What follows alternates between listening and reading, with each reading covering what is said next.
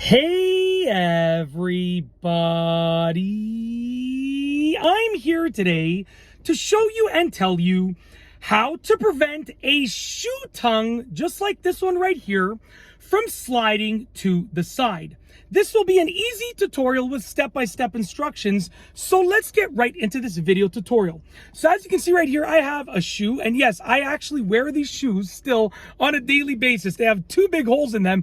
I'm gonna get new shoes, but to be honest with you, at the time of me filming this, my birthday is next week, so I think my wife is gonna get me a pair of shoes. So I figured I'll just hold off and wear these for a bit longer, and then I'll end up, getting a pair of shoes from her as a gift, hopefully, and then I'll just buy my own pair of shoes as well.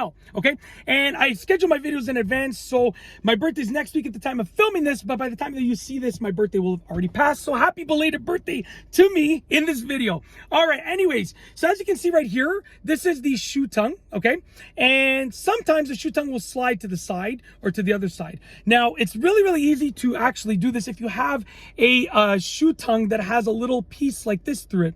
Now, what you're gonna wanna do, okay, very simple, there's two quick methods. The first method is just thread your laces through that little thing on the shoe tongue. So as I'm threading my laces, I'm gonna go through that little piece right there. So it's going through that little piece on the shoe tongue right there. Okay, and then I'm gonna go obviously out the other side as if I'm regularly threading it like that. Okay, and then obviously the other lace is going to go the other way on that shoe tongue as well, and that will keep it centered. Okay, just like that, we're going right through the shoe tongue little loop over there. That's going to keep it centered. I'm doing my best to keep it on camera, sorry about that. That's going to keep it centered for the most part. It'll prevent it from sliding to the side, but it can still slide a little bit. Okay, so you can see that's one method. It can still slide a little bit, but it won't slide as much. What you can also do, okay, this is another method, is instead of going all the way through, let me pull these laces back out. Instead of going all the way through that little piece right there, you can go through and loop it back. So for instance, over here, okay, I can actually take this lace and I can go through that little loop on the tongue of the shoe, like I said. So I'm gonna go through that little loop like this, okay, just like that. And then instead of going across there to the other side, okay, I went through the tongue, like this, and instead of going across to this side now, I'm actually gonna bring it back to the same side and go through that little opening, that little eyelet right there. And what that's gonna do is that's pulling the shoe tongue, let me give you a better view right there. That's pulling the shoe tongue to one side, and then I can do the same thing with the other lace. I'm gonna put the lace over here. I'm gonna put it through that little loop on the shoe tongue. So I'm putting it through the loop like this, okay? Just bear with me as I try and see what I'm doing here. And then instead of going out this way, I'm going back once again to this eyelet on the same side. And what that does is both of the laces will pull the shoe tongue like this, and that will keep it centered. That will prevent it from sliding from side to side. Those are essentially the main methods.